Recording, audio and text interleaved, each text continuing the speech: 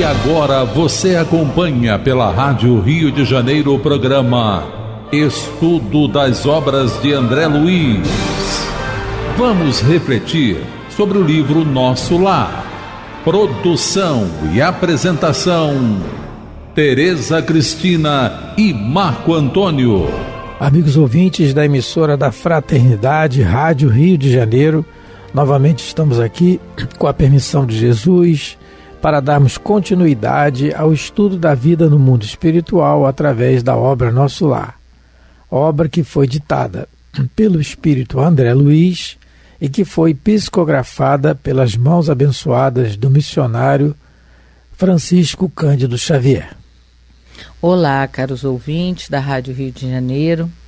Vamos começar o nosso estudo de hoje. Estamos no capítulo 37 do livro Nosso Lar, cujo título é A Preleção da Ministra.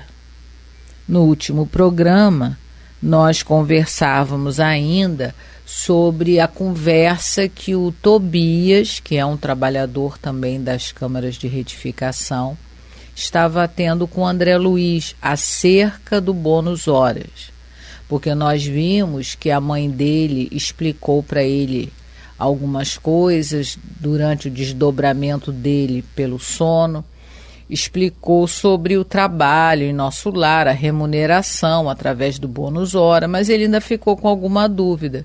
E o Tobias começou a explicar a ele, complementando, né, o que a mãe dele havia dito. Nós conversávamos principalmente sobre o bom uso que se dá ao tempo de trabalho, porque o Tobias contou para André Luiz que existem pessoas que trabalham, mas não têm uma dedicação espiritual a contento, que muitas das vezes elas trabalham, mas como ele mesmo falou para o André Luiz, eles se retiram com a mesma incipiência da primeira hora. Aí ele faz a comparação com pessoas que vivem às vezes quase 100 anos, mas continuam realmente numa mesma ignorância infantil. Nós demos o exemplo sobre essa avaliação do tempo de trabalho, né, do tempo de vida do indivíduo na Terra. Nós demos um exemplo do Tintino, aquele palhaço que no final da vida já era um mendigo, mas foi recebido por Jesus, porque ele deu de tudo que ele podia para alegrar a vida das pessoas no seu trabalho de palhaço, e ele mesmo sofria muito. É um livrinho pequenininho, todos deveriam ler, Tintino. Então vamos começar a nossa leitura hoje a partir do parágrafo 8. Chegada a hora destinada à preleção da ministra, lembrando que o André Luiz pediu permissão para o Tobias para poder assistir à preleção, né, a palestra da ministra veneranda. Então ele iria a essa palestra no final do dia de trabalho. Nós estamos lembrando que nós estamos no segundo dia de trabalho de André Luiz.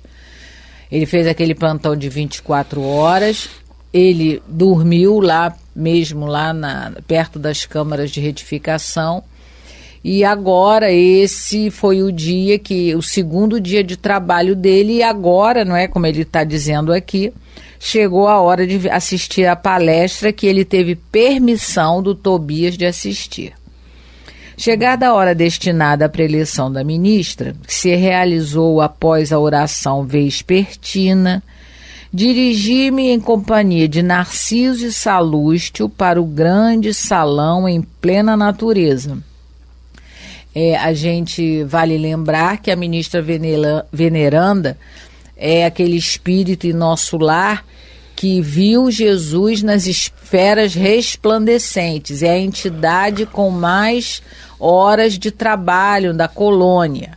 E foi ela que criou vários ambientes, né, em nosso lar, principalmente ali no Ministério da Regeneração, que é onde ela trabalha, ela criou vários ambientes para palestras, para estudos, e todos os ambientes que ela criou foram baseados na natureza, nas flores, nas árvores. Lembrava, nós já vimos em capítulo anterior, que para o governador foi um dos ambientes mais bonitos.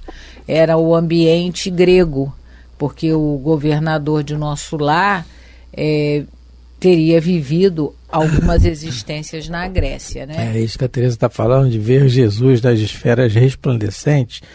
É muito importante a gente observar isso, porque quando Jesus esteve encarnado, ver Jesus é uma situação, ele está encarnado, ou qualquer espírito superior encarnado. Agora, ver esse espírito no plano espiritual, aí já requer uma sintonia diferente.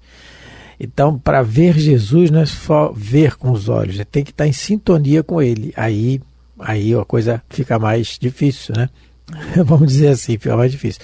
Porque nós vemos, a Kardec nos informa, nas obras básicas também, essa questão da sintonia espiritual. Que aí o ato de ver não é só ver com os olhos, né? Tem que ter o comportamento compatível para que essa situação se dê. Então, essa questão de ver Jesus é uma observação muito importante que a gente tem que analisar o estado aqui da veneranda, né? A condição dela aqui, enquanto espírito que ajuda na manutenção da colônia. Aqui a gente observa nesse parágrafo que sempre em Nosso Lar, na hora do crepúsculo, né, como ele coloca aqui, a oração vespertina, no final da tarde, existe essa oração coletiva na colônia. Lembra lá nos primeiros capítulos, quando o André Luiz quando ele entra para a enfermaria, quando ele chega e quando ele começa a se sentir melhorzinho, ele escuta, né, o que o Lísias explicou para ele, que era a hora do Ângelus, que toda a colônia orava junto. Por quê, né?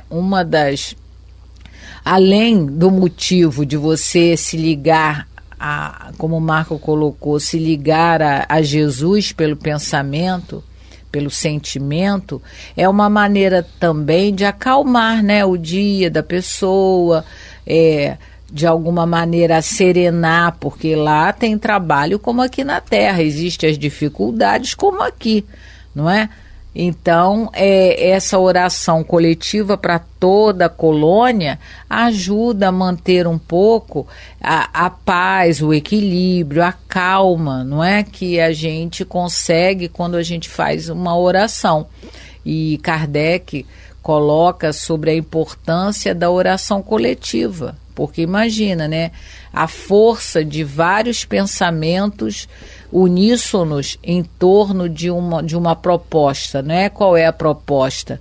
Pensar mais no bem, agir no bem, viver de maneira mais tranquila.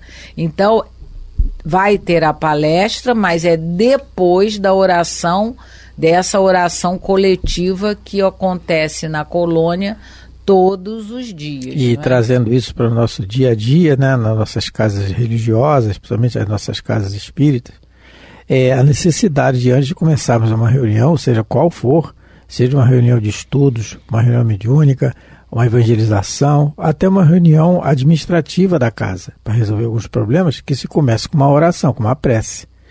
Esse é o nosso ritual realmente, né? Tem que ter isso aí no nosso raciocínio sempre, a necessidade. E voltando à questão da sintonia, só um adendo que eu me lembrei, passou aqui para minha cabeça agora, lembrando do Dr. René Peça, a questão da sintonia espiritual, da veneranda ver Jesus nas esferas resplandecentes. Dr. René Peça, fundador da Casa Maria de Magdala, enquanto ainda encarnado, ele fazia suas reuniões de estudo do Evangelho aos sábados, lá na Casa Maria de Magdala, em Niterói. Ela ainda está lá no seu trabalho, né? O doutor René já desencarnou. Mas à época ele fazia essa reunião e eu lembro muito bem, Teresa também lembra, de ele falar assim, no meio assim do estudo, quem quiser ver um santo, que vá a Uberaba, dá uma olhadinha. porque desencarnado vai ficar difícil, mas ele está encarnado, ele está lá, vai lá, dá uma olhada. Ele tinha um jeito Nessa assim, época, legal. O Chico ainda estava. O Chico estava encarnado, então eu lembrei disso agora, realmente, né? Isso. Continuando. Verdadeira maravilha o recinto verde, onde grandes bancos de relva nos acolheram confortadoramente. Flores variadas, brilhando à luz de belos candelabros, exalavam delicado perfume. Imagine, né, assistir uma reunião de um espírito assim tão evoluído num lugar tão lindo como esse, né, que também foi projetado por ela, não é, pela ministra veneranda, que segundo, como a gente gosta de falar lá na nossa casa, a gente brinca, né, segundo as fofocas espíritas, né, Chico teria dito que esse espírito, ele é uma das encarnações veneranda. Desse espírito veneranda, rainha Isabel de Portugal, a rainha santa de Portugal. Então, sendo ou não, nenhuma das duas vai ficar chateada uma com a outra se não for. Porque duas... Tereza, lembrei agora aqui dessa questão dela estar aqui na natureza, né? Flores brilhando. Ela fez, né? E tal, brilhando à luz de belos candelabros, né? Lembrando que o Eurípides Barçalufo, um espírito já de uma envergadura moral muito grande, encarnado na cidade de Sacramento, no início do século XX, final do século XIX, início do século XX, missionário, fez um trabalho muito bonito, exemplar naquela região, divulgando o Evangelho de Jesus. Ele fundou um colégio chamado Colégio Allan Kardec, deu o nome de Colégio Allan Kardec. E ele ministrava aulas, além das aulas normais do currículo, dentro das salas, ele fazia questão de sempre nas aulas levar as crianças, os alunos, à natureza, né, a necessidade do contato da natureza, explicando, dava aulas de astronomia, já introdução, botânica e etc. Então, essa questão da natureza sempre é procurada pelos espíritos superiores, né, para a gente observar. O Emmanuel tem várias páginas em que ele faz um comentário do Evangelho colocando o exemplo da natureza. Então, para que a gente observe sempre essa bondade que Deus nos fornece para que nós estejamos aqui encarnados, né? A natureza sempre a necessidade de ser observada por nós. Isso. Então, continuando. Calculei a assistência em mais de 1.000 pessoas. Na disposição comum da grande assembleia, notei que 20 entidades se assentavam em local destacado entre nós outros e a eminência florida, onde se via a poltrona da instrutora, né? Então, Allan Kardec, é que eu vou falar em Allan Kardec. André Luiz está falando para a gente que no salão ele viu, não é, uma assistência de mais de 1.000 pessoas, mas ele observou que numa parte destacada perto da ministra haviam 20 espíritos, né, 20 entidades ali em destaque. E a ministra sentada, né, no caso a poltrona, onde a ministra iria fazer a preleção, iria ocupar. E aí a gente, pensando nisso, a gente viu que, lembrou, né, que no livro dos médiuns, Allan Kardec nos fala sobre a questão de que o ideal fosse que as nossas organizações espíritas, elas não tivessem um tamanho tão grande, justamente por causa disso, para que as pessoas pudessem perguntar, pelo menos, como a gente vai ver aqui, aquelas que verdadeiramente estão interessadas. Por quê? A gente pensando assim, uma casa muito grande, né? Porque às vezes existem pessoas que ficam assim, a minha casa tem tão pouca frequência, somos poucos, mas como tudo na vida tem o lado bom e o lado, né? O lado positivo e o lado não tão positivo, não vamos dizer assim negativo, aquela reunião menor, ela favorece a isso que vai acontecer aqui com a veneranda, de pessoas poderem perguntar. Que numa reunião, né, seja em qual casa religiosa for, se tem mais de 1.000 pessoas, se 100 fizerem pergunta, não vai ter reunião, né? O palestrante não vai conseguir desenvolver o assunto que ele deseja. Mas se somos em um grupo menor, isso favorece a esse tipo de conduta. Então, Kardec, no Livro dos Médiuns, se eu não me engano, é no item 334, não é? Ele vai falar sobre não é, a importância de se ter grupos pequenos. Eu estou falando isso porque às vezes as pessoas acham assim, minha casa não tem tanta frequência, tem casas aí que vão 100, 200, 300 pessoas, mas a gente tem que entender que cada casa, não é, espírita, séria, aqui entre nós os encarnados, ela tem uma função específica. Com certeza, ela é catalogada no mundo espiritual, ela foi projetada, porque a casa, a gente acha que foi a gente que teve a ideia, mas tenhamos a certeza que não. O projeto inicial parte do mundo espiritual. Então, a casa já foi projetada para ter aquele tipo de... vamos supor assim, ela tem um tipo de tarefa, de trabalho, de objetivo. A nossa casa, ela não é grande, mas o objetivo essencial da nossa casa é o estudo para as crianças, os adolescentes e para os adultos. Então, a nossa casa não tem uma frequência muito alta, porque o objetivo dela é para quem gosta de estudar. Às vezes, numa reunião, o presidente da casa pega 6 livros, e temos livros para todos usarem. Então, que as pessoas não fiquem preocupadas, porque uma casa pequena vai ter essa oportunidade que vai acontecer aqui nessa palestra da veneranda. 20 pessoas podem perguntar, porque se fosse as 1.000, também não ia dar tempo, além de outros problemas. O que a Tereza está falando, a gente não está dizendo aqui que casa grande está errado, não é isso. Kardec está dizendo no Livro dos Médiuns que a casa sendo pequena é muito bom também, porque favorece o estudo. E as casas grandes, por exemplo, vou dar um exemplo, o Centro Espírita André Luiz, lá na Tijuca, ele tem as turmas de estudo, tem os grupos de estudo, tem as palestras, é claro, e tem os grupos de estudo. A Sociedade Espírita Fraternidade, lá no Raul Teixeira, em Niterói, também tem os grupos de estudo. Então são grupos de estudo que são formados para que a pessoa possa perguntar, questionar, participar. É grupo de estudo. E existe um livro chamado Educandário de Luz, que é psicografado pelo Chico, várias mensagens a respeito do Centro Espírita, é muito bom, em que eles são enfáticos em dizer: a finalidade da casa espírita é estudar a doutrina espírita.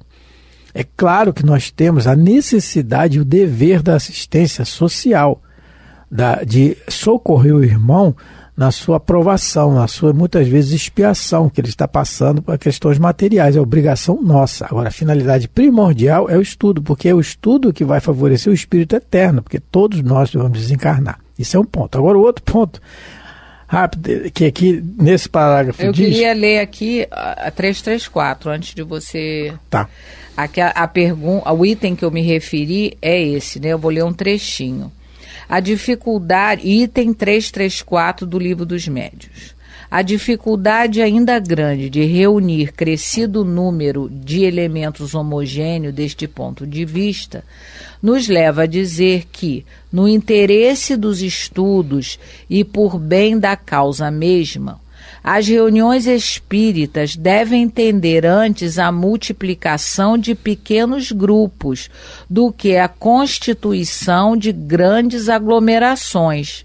Estes grupos pequenos, correspondendo-se entre si, visitando-se, permutando observações, podem, desde já, formar o núcleo da grande família espírita que um dia consorciará todas as opiniões e unirá os homens por um único sentimento, o da fraternidade, trazendo o cunho da caridade cristã.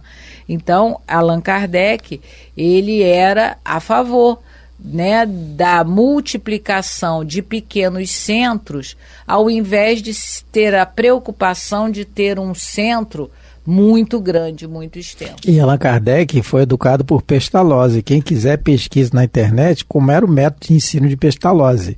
Não era só jogar a informação, era obrigatório ter a participação do aluno. O aluno participa, pergunta, questiona. E isso em pequeno grupo fica muito mais qualificado do que em grandes grupos.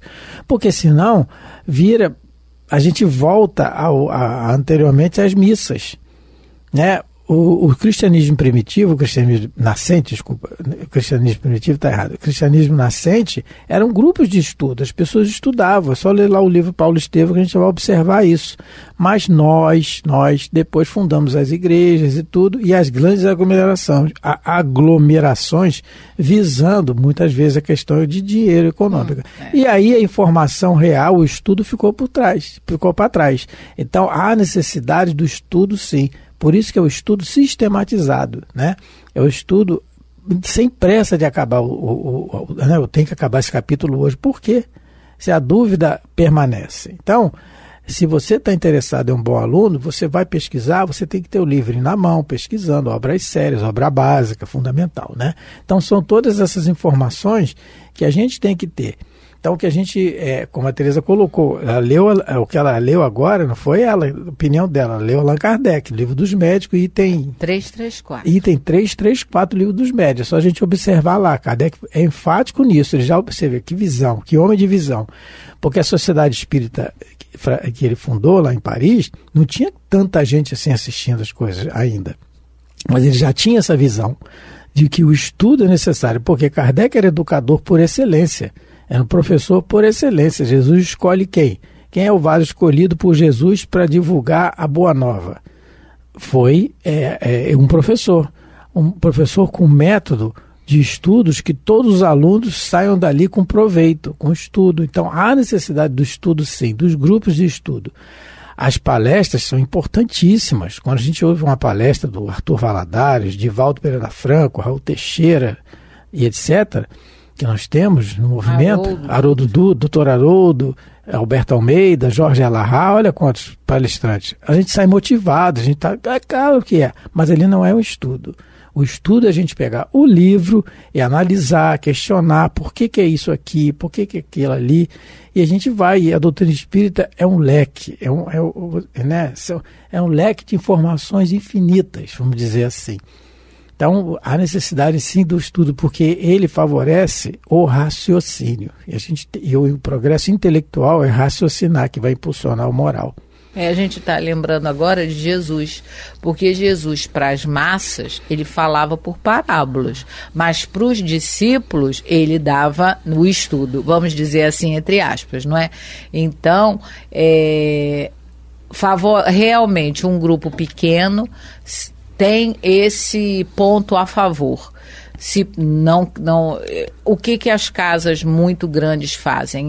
Elas fazem isso, elas criam grupos de estudos menores, porque elas têm consciência de que, não é, numa assistência de 300, 200 pessoas, fica difícil o estudo, não é? Mas nós vamos ter que encerrar o programa e agradecendo a todos pela paciência de nos ouvir, lembrando a todos que nós não estamos só lendo o livro Nosso Lar, nós estamos procurando estudá-lo e na certeza que se daqui a 10 anos voltarmos ao livro, encontraremos muito mais coisas que hoje nós não estamos conseguindo observar. Um grande abraço a todos, Deus abençoe vossos lares, vossas famílias, que possa Deus nos ajudar, continuar nos ajudando a ter força e coragem para passar pelos nossos testemunhos, nossas dificuldades e nossas alegrias também. Muita paz. Muito obrigado pela atenção, pelo carinho, fique com Deus. A Rádio Rio de Janeiro apresentou o programa Estudo das Obras de André Luiz. Produção e apresentação: Tereza Cristina e Marco Antônio.